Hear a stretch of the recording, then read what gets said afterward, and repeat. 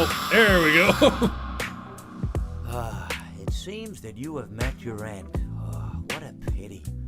You know, I don't feel too bad about it, though.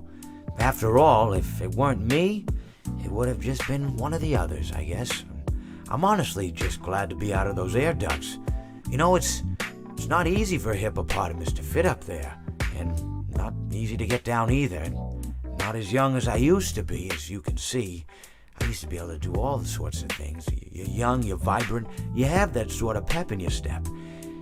It reminds me of a conversation I was having with one of my good friends, Orville. We were having a nice picnic one day. I believe it was summer. No, perhaps it was it the fall? Yes. It was the fall because the leaves had turned already. But I said to Orville, I says, Orville, I have a story to tell you. And Orville looked at me, kind of odd and said, well, what's it about? I said to him, not every story has to be about something, Orville. Sometimes a person just wants to talk. Why does everything have to be a story? I said to him.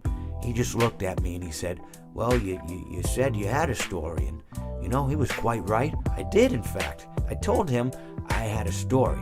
I suppose if a person just wants to talk, then it's best to not announce that you're telling a story. Telling a story does come with its own pressures and expectations, I suppose. After all, if you're just talking to a friend, then there's no more expectations than if you were talking into the wind. Words by themselves aren't expected to carry, aren't expected to stick. But if you announce you're telling a story, well then, there'd better be a point to it all, No one wants to sit and listen to someone ramble on and on and on with absolutely no end in sight. So, it's good to be mindful that when you tell someone that you're about to tell a story, that you have something to say.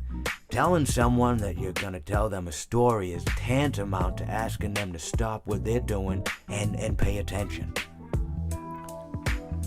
You're basically saying, hey buddy, stop everything, stop what you're thinking, I have a solution to everything. And well, I didn't really have any story to tell. In hindsight, I probably just misspoke when I said that I had a story. I think it would have just been better to tell Orville that I wanted to tell him something rather than tell him that I had a story. But even then, it might have put too much importance on the whole thing. Either way, it was quite a nice day. I remember that we were drinking tea.